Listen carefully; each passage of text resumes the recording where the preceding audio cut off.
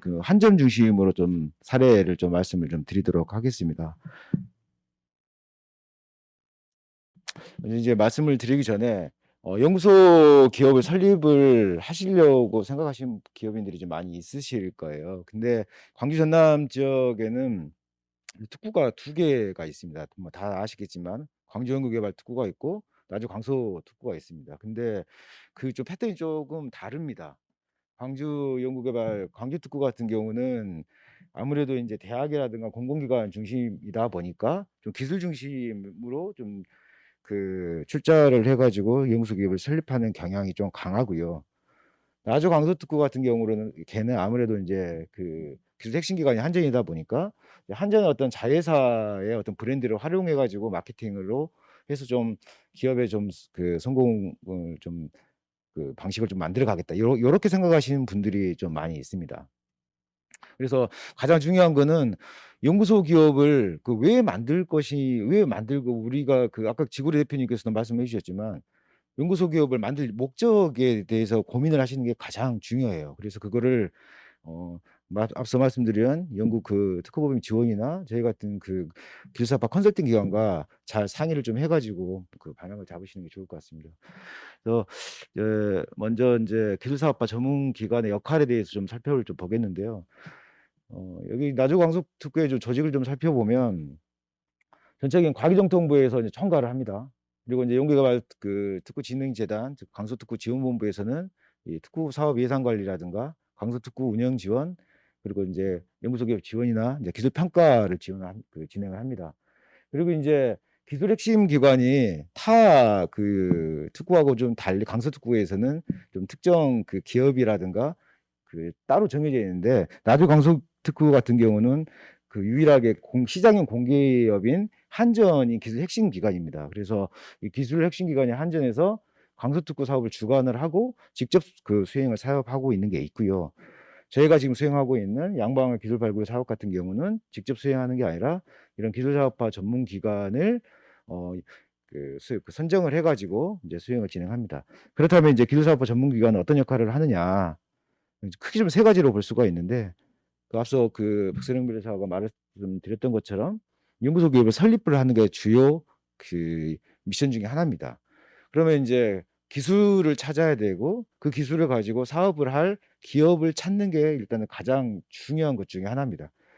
그래서 가장 유망한 그 출자 기관마다 인제 그 유망한 기술들이 있습니다. 근데 여기는 특히 인제 나주광석기업은 나주광석특구는 한전이 출자기이기 때문에 웬만하면 인제 한전이 보유하고 있는 기술을 가지고 이제 사업화를 하게 되겠고요.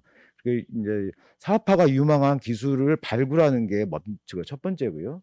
그 기술을 가지고 사업화를 수행할 수행 주체를 찾는 게 이제 가장 이제 꽃입니다. 근데 예전에는 기술을 발굴을 해 가지고 이걸 가지고 사업화를 할 기업을 찾는 게 대세였었어요. 근데 그러다 보니 잘 매칭이 잘 안 되는 경우가 많았습니다. 그래서 양방향이라는 이름에서도 알 수 있는 바와 같이 최근 인제 연구소 기업의 설립 트렌드는 양방향 기술입니다. 그래서 어떤 기술보다 일단 이 연구소 기업을 설립을 해서 사업화를 할 그 의지가 있는 높은 기업을 발굴하는 게 좀 더 인제 중요하게 좀 생각이 됩니다. 그래서 한전의 자회사가 돼서 연구소 기업을 설립을 할 그 의지가 있는 회사다. 예를 들면 AMI 관련돼서 '난 사업을 하고 싶다.' 먼저 이 기업의 의지가 있는 기업을 발굴하고 그렇다면 이제 그다음에 여기에 맞는 기술을 찾는 인제 절차 요렇게 인제 연구소 기업을 추진하는 케이스가 점점 늘어나고 있고 굉장히 중요한 그 방법으로 인식이 되고 있습니다. 이렇게 기술 발굴하고 기업 발굴해서 매칭을 시켜서 이제 연구소 기업을 설립을 하게 되는데 생각보다 연구소 기업 설립하는 게 쉽지가 않습니다. 왜냐하면 인제 그 두 분들 다 말씀해 주셨는데 여러분들이 제일 어려운 것 중 잘 모르시기도 하고 제일 어려운 것 하나가 있는데 이건 출자를 해야 됩니다, 출자. 연구소 기업이니까 기업 첨단 그 부설 연구소 이런 개념이 아니라 회사를 설립을 하시는 거예요. 회사는 자본금이 있지 않습니까? 그러니까 자본금을 만들어야 돼요. 근데 자본금을 어떻게 만들 것이냐가 난관입니다, 제. 예, 합작 투자형이나 기존 기업 전환형이나 창업형이나 뭐 자구본구를 만들어야 되는데, 그래서 기업을 창업하는 분은 현금 출자를 하는 게 대부분이고요. 그다음에 이제 기술을 출자를 한 현물 출자를 하는 경우에는 특허를 가치 평가 받아 가지고 그 출자를 하게 되는 겁니다. 근데 이 기술 가치 평가가 그냥 어떤 뭐 저도 뭐 기술 가치 평가사지만 저희가 평가를 해 가지고 이거 얼마야 3억이야 5억이야 이렇게 해서 하는 건 아니고, 이게 이제 자본금으로 들어가야 되니까 그 법에서 정한 그 기술 가치 평가 기관이 있습니다. 여기서 평가를 하게 되면 이게 이제 법원으로 들어가 가지고 법원의 판사가 이거 현금으로 자본금으로 들어갈 그 가치구나, 가치가 적정하게 매겨진 기술이구나, 이렇게 이제 법원의 판결을 받게 되면 그게 이제 출자가 되는 겁니다. 그러니까 현금으로 내는 거하고 똑같은 겁니다. 근데 작년까지만 해도 20%였어요. 그 기준이. 그러니까 현물 출자를 해가지고 그 연구소 기업 설립 기준이 20%였기 때문에 그게 좀 상당히 어려웠습니다. 근데 이게 이제 올해부터는 10%로 이제 낮춰진 거죠. 근데 그렇게 해서 연구소 기업을 설립을 할 수가 있는데, 현금 출자를 하진 않습니다, 한전은. 현금 출자를 하는 기관들이 이제 대학도 현금 출자를 하긴 하지만 잘 그렇게 활성화는 되지는 않았고, 연합지주회사 같은 곳에서는 현물 출자를 합니다. 대표적으로 광주연합지주회사라든지 전남의 전남연합지주회사 같은 경우는 좀 현금 출자를 통해서 이제 연구소 기업을 설립합니다. 그런 이제 수행기관이 하는 역할들이 아까 말씀드렸던 기업 발굴하고 기술 발굴하고 매칭시켰던 이런 어떤 애로사항들, 그다음 니즈 파악들, 이런 걸 매칭을 시켜가지고 이제 연구소 기업을 설립을 하는 게 이제 가장 메인 역할이고, 그다음 사업 이제 그 유사 사업이라든가 다른 그 사업들 연계시키는 역할을 많이 합니다. 그 가장 대표적인 게 이제 후속 R&BD. 이제 창업을 하게 되면 어떤 뭐 자본금도 부족하고, 뭐 자본금 1억이 크겠처럼 보이지만 그 심사하는 입장에서는 1억 가지고 1년 살겠어 이렇게 그 보시거든요. 그러니까 이제 R&BD 사업을 지원을 해줘서 뭐 2년간 한 최대 한 5억 정도 되는 R&BD 사업을 뭐 진행을 하는 그런 사업이 많이 있어요. 그러니까 그런 사업을 연계시킨다든지, 그다음에 뭐 A씨나 V씨들 투자 연계를 한다든지, 뭐 그런 사업들 연계시켜 주는 게 이제 기술사업화 기관들의 주요 업무라고 할 수 있겠습니다. 연구소 기업 유형은 앞서 말씀드렸기 때문에 넘어가도록 하겠고요.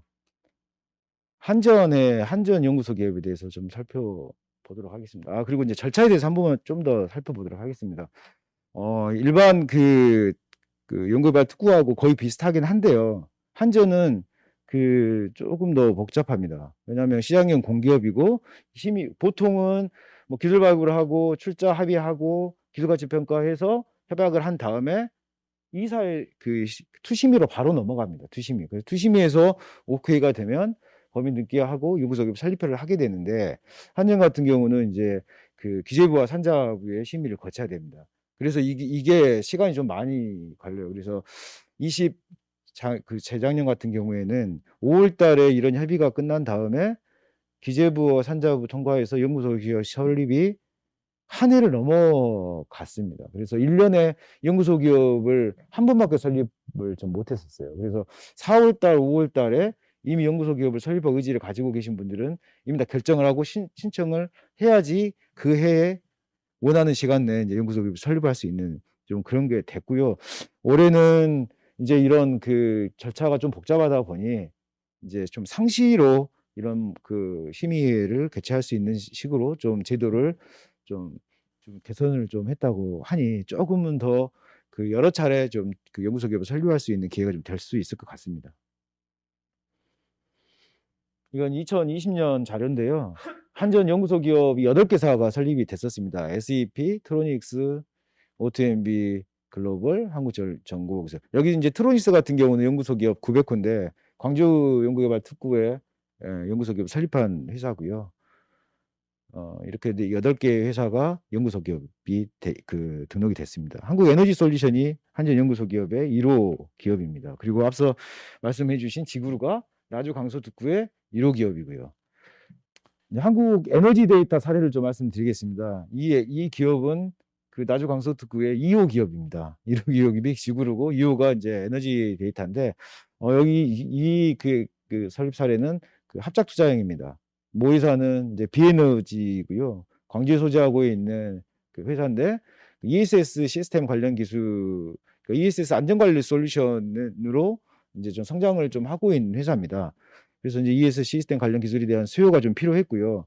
한전의 자회사가 된 다음에 연구소 기업을 좀 전환을 하려고 저희는 계획을 했었습니다.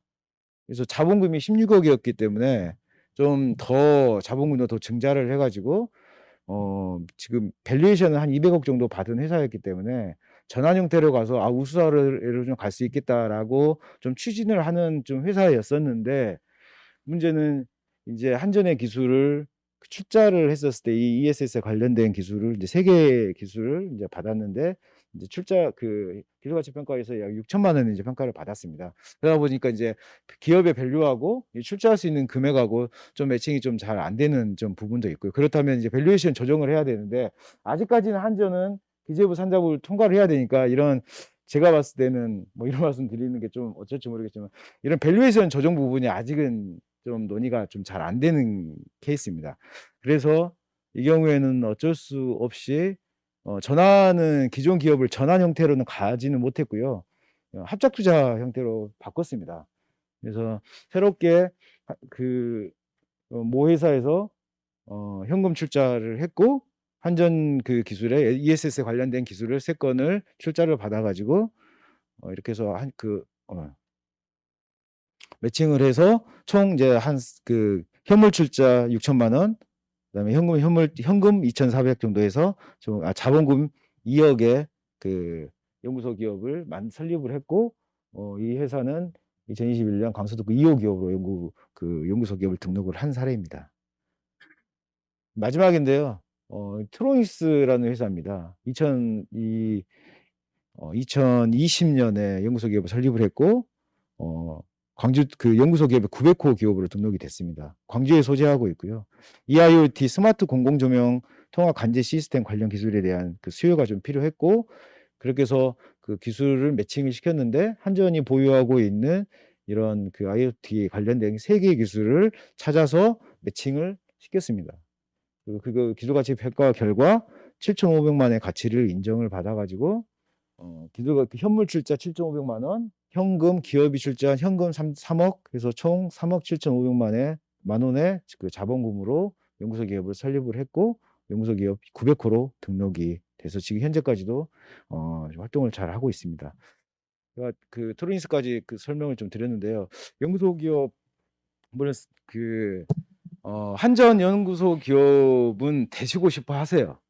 제가 많은 기업들을 만나보면 한전이란 자회사라는 브랜드를 활용을 해서 마케팅을 하고자 하시는 기업들이 굉장히 많으세요. 그래서 생각보다는 경쟁률이 치열할 수도 있으세요.